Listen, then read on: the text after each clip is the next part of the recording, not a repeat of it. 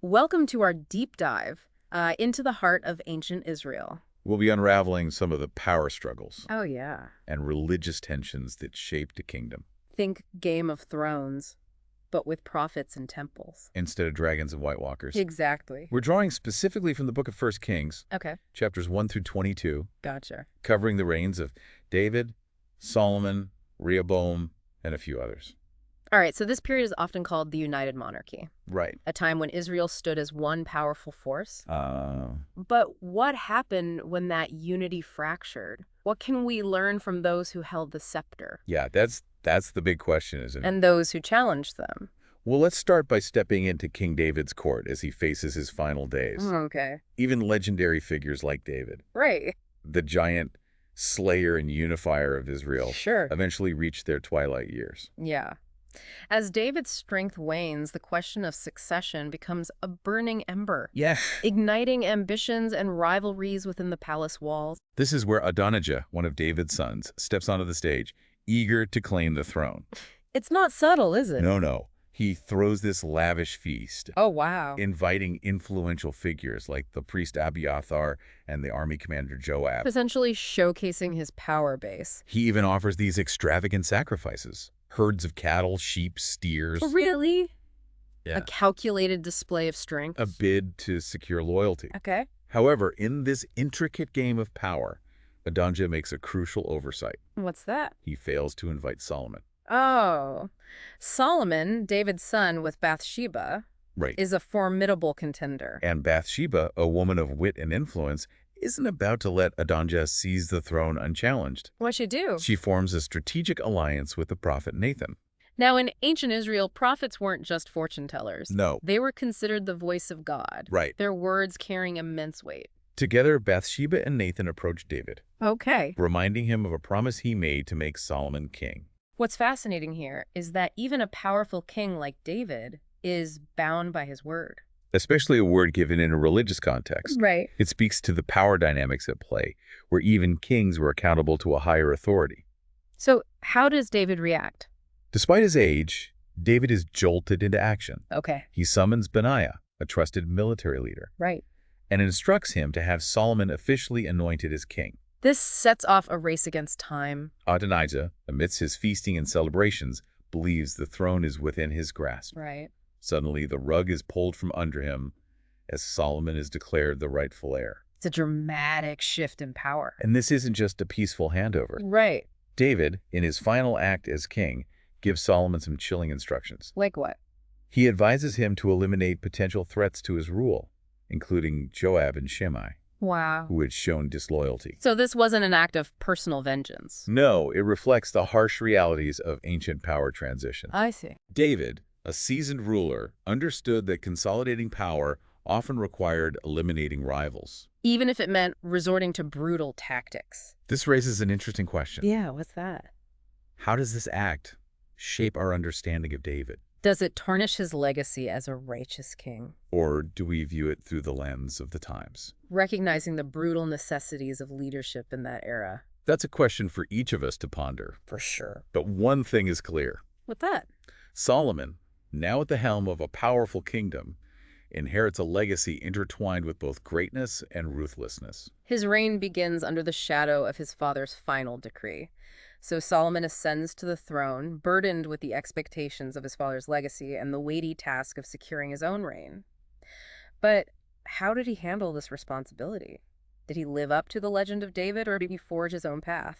That's what we'll explore in the next part of our deep dive. We'll uncover the reign of Solomon, Okay. a king renowned for his wisdom, Yeah. but also a man tempted by excess Oh. and the trappings of power. Interesting. His story offers a compelling look at the challenges of leadership, Okay. the seductive nature of wealth, Right. and the consequences of straying from one's principles. Okay. We'll pick up right where we left off. He's good. Next time on our deep dive into the world of ancient Israel. I'm looking forward to it. Welcome back to our deep dive into the world of ancient Israel. As we left off, Solomon, son of David, had just inherited a kingdom forged through both military might. And shrewd political maneuvering. It's a daunting legacy to inherit, wouldn't you say? Stepping into those shoes couldn't have been easy. Indeed. And Solomon's story doesn't begin with battlefield victories. Or political intrigue. Instead, it starts with a humble request, Oh, yay. when God offers him anything he desires. Wow, anything. Solomon recognizes the weight of the responsibility he now bears Yeah. and asks for wisdom. That's a pretty remarkable choice for a young king, don't you think? It suggests he understood that ruling a kingdom requires more than just strength. Or ambition. Precisely. Hmm. It reveals a self-awareness, Yeah, often absent in those who inherit power. for sure. And this request pleased God, Okay. who granted him not only wisdom, Uh-huh. but also riches and a long reign. Wow, so this wisdom wasn't merely theoretical. No. It manifested in practical ways throughout Solomon's reign. Right. I'm particularly intrigued by the story of the two mothers who come before Solomon, each claiming the same baby as their own. Oh, that's a good one. What stands out to you about this story? It showcases Solomon's ability to discern truth, even in the most complex situations. Yeah. His solution, suggesting they cut the baby in half, Oh my God. reveals a deep understanding of human nature. So crazy. The true mother, driven by love, Yeah. would rather relinquish her claim than see her child harmed. That's a brilliant example of applying wisdom to a real-world dilemma. It is. It reminds me of those modern-day case studies used in business schools to illustrate creative problem-solving. Exactly. It highlights that wisdom isn't just about accumulating knowledge. It's about applying that knowledge to navigate complex situations. And make sound judgments. You can see this wisdom reflected in other aspects of Solomon's reign, too. Like what? He embarked on these ambitious building projects, Oh, really? including the magnificent temple in Jerusalem, Okay. a symbol of Israel's religious and national identity. The temple's construction is described in great detail in 1 Kings. It is. The materials used, the dimensions, the intricate carvings. It must have been an awe-inspiring sight. It was a testament to Solomon's vision and leadership. Yeah. It required not only skilled craftsmen, but also vast resources Uh-huh. and a complex network of trade. To acquire the necessary materials, Solomon formed an alliance with Hiram, king of Tyre, Right. a renowned center for shipbuilding and craftsmanship. This alliance wasn't just about trade. It wasn't. It extended to cultural and diplomatic exchanges. Showcasing Solomon's ability to foster relationships with other nations. So Solomon's reign appears to be a golden age for Israel. Peace, prosperity, and wisdom. But we know from the outline that things take a turn. What happened? This is where we see the seductive nature of power and the Oh. potential pitfalls of unchecked ambition. Solomon, despite his early piety and wisdom, gradually strays from the path that God had set for him. The text tells us that Solomon had many wives, Okay, how many? hundreds in fact, Wow, hundreds. many of whom came from neighboring nations Right. and brought with them their own gods and religious practices. This was a common practice among ancient kings. It was Marrying foreign princesses helped secure alliances. and expand their influence. But what impact did this have on Solomon and on Israel? While politically expedient, Yeah. these marriages had a profound spiritual impact on Solomon. Really? He began to build temples Oh, wow. and offer sacrifices to these foreign gods. Straying from the worship of the one true God. This wasn't merely a personal failing. Right. It represented a betrayal of the covenant between God and Israel, It introduced idolatry into the heart of the kingdom. which angered God and set the stage for the kingdom's eventual division. So Solomon's story is a cautionary tale about the corrupting influence of power. And the dangers of compromising one's principles, even for seemingly pragmatic reasons. It's a theme that resonates throughout history, isn't it? Absolutely. It's a reminder that even the wisest and most successful leaders are susceptible to temptation. And the allure of worldly desires. This brings us to Rehoboam, Solomon's son and heir. who inherits a kingdom already showing cracks from within. Rehoboam steps onto a stage set by his father's successes and failures. He's tasked with holding together a kingdom that's showing signs of strain. How does he handle this challenge? Does he learn from his father's mistakes, or does he fall into similar traps? That's what we'll explore next. Okay. Rehoboam's reign marks a turning point in Israel's history. A moment where the kingdom, already weakened by Solomon's compromises, Fractures irrevocably. leading to centuries of division and conflict. We've seen how Solomon's reign, marked by early wisdom and later transgressions, ultimately set the stage for division within the kingdom.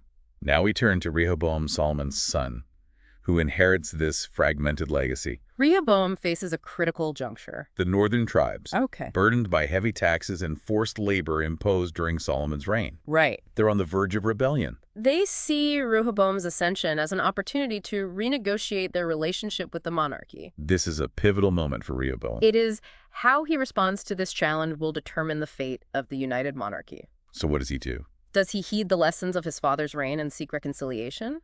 Or does he follow a different path? Well, he seeks counsel, Okay. which is a wise move. However, the advice he receives is divided. Oh, how so? Older advisors, seasoned and pragmatic, Right. they urge him to lighten the burden on the people, to show compassion and understanding. That seems like sound advice, especially considering the simmering tensions in the kingdom. They believe that a conciliatory approach would help preserve unity. What do the younger advisors suggest? The younger advisors, perhaps more aligned with Rehoboam's own inclinations, encourage a show of strength. Oh. They believe that any sign of weakness would be interpreted as vulnerability. Potentially emboldening the rebellious factions They advise him to assert his authority unequivocally. to demonstrate that he is not to be trifled with. It's a classic dilemma. It is choosing between diplomacy and a hardline approach. A fork in the road with potentially drastic consequences. So which path does Rehoboam choose? He chooses the path of confrontation, heeding the advice of his younger companions, He rejects the pleas of the northern tribes. declaring that he will increase their burdens, not lessen them. This decision proves disastrous. The northern tribes, feeling unheard and disrespected, secede from the united monarchy, forming their own kingdom Israel under the leadership of Jeroboam. This is a pivotal moment in the history of ancient Israel. The united monarchy forged by David and maintained, albeit precariously, by Solomon. Fractures irrevocably. What are the long-term implications of this division? It sets the stage for centuries of conflict and rivalry between the two kingdoms. A recurring theme throughout the books of Kings and Chronicles. It also has profound religious implications. How so? Jeroboam, seeking to solidify his power and establish a distinct religious identity for the northern kingdom, sets up alternative places of worship complete with golden calves. A symbol that harkens back to the Israelites' time in the wilderness. These golden calves, if you recall, were a source of idolatry during the Exodus. Right. It seems that Jeroboam, in an attempt to break free from the Davidic dynasty and the religious center in Jerusalem, repeats a pattern of turning away from the one true God. And Rehoboam in the southern kingdom of Judah, while not as overtly idolatrous as Jeroboam, doesn't exactly champion the pure worship of God either. He allows pagan practices to infiltrate Judah, perhaps a consequence of the religious syncretism that took root during Solomon's reign. So we see a mirroring effect. Both kings, in their own ways, compromising the religious principles that had once unified the kingdom. It's a reminder that political divisions often lead to religious fragmentation as well. But even amidst this division, we see God's presence still at work, don't we? He sends prophets to both kingdoms, voices of truth and accountability, challenging the kings and calling the people back to him. Yes, the prophetic voice doesn't disappear with the division of the kingdom. In fact, it becomes even more crucial as both Israel and Judah stray from the path that God has set for them.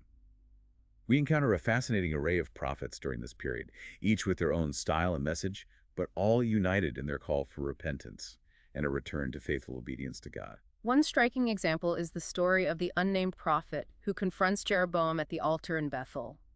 This prophet, defying the king's authority, pronounces God's judgment on Jeroboam's idolatrous practices. It's a dramatic encounter. The prophet, empowered by God, performs a sign. The altar splits apart, the ashes spill out a visible manifestation of God's power and his displeasure with Jeroboam's actions. Jeroboam, shaken by this display, even asks the prophet to pray for him, acknowledging the divine authority behind the prophet's words. It's a powerful illustration of the tension between worldly power and divine authority.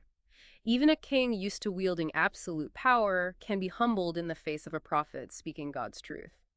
But it's not just Jeroboam who faces prophetic confrontation. Ahab, a later king of Israel, considered one of the most wicked kings, also encounters a formidable prophet, Elijah. Elijah stands as a towering figure in the prophetic tradition. He fearlessly challenges Ahab and his wife Jezebel, who promote the worship of Baal and persecute the prophets of God. His story is filled with dramatic encounters, from the showdown on Mount Carmel, where he calls down fire from heaven to consume his sacrifice, to his flight to Mount Horeb, where he experiences God's presence in a still small voice. Elijah's ministry highlights the crucial role that prophets played in ancient Israel, speaking truth to power, challenging injustice, and reminding the people of their covenant obligations to God. Their stories woven throughout the Book of Kings remind us that even when human leaders stray, God remains faithful, seeking to draw his people back to himself. As we reflect on these stories of kings' prophets and the recurring cycles of sin and redemption, we are invited to consider what these ancient texts reveal about leadership, faith, and the choices we face in our own lives. How do we navigate the complexities of power, ambition, and the allure of worldly desires? What role does faith play in shaping our actions and our understanding of the world around us? These are questions that resonate across centuries, connecting the experiences of ancient Israel to our own personal journeys. The Book of Kings, through its vivid narratives and compelling characters, offers us a mirror to examine our own hearts, our motivations, and the consequences that flow from our choices. And it reminds us that even amidst the turmoil of human history, God's purposes are unfolding, his faithfulness enduring, and his invitation to return to him always open. Well, that brings us to the end of our deep dive into the power struggles and religious tensions of ancient Israel. Thanks for joining us. We hope you found it insightful, and we encourage you to continue exploring these fascinating stories and to discover the timeless wisdom they hold.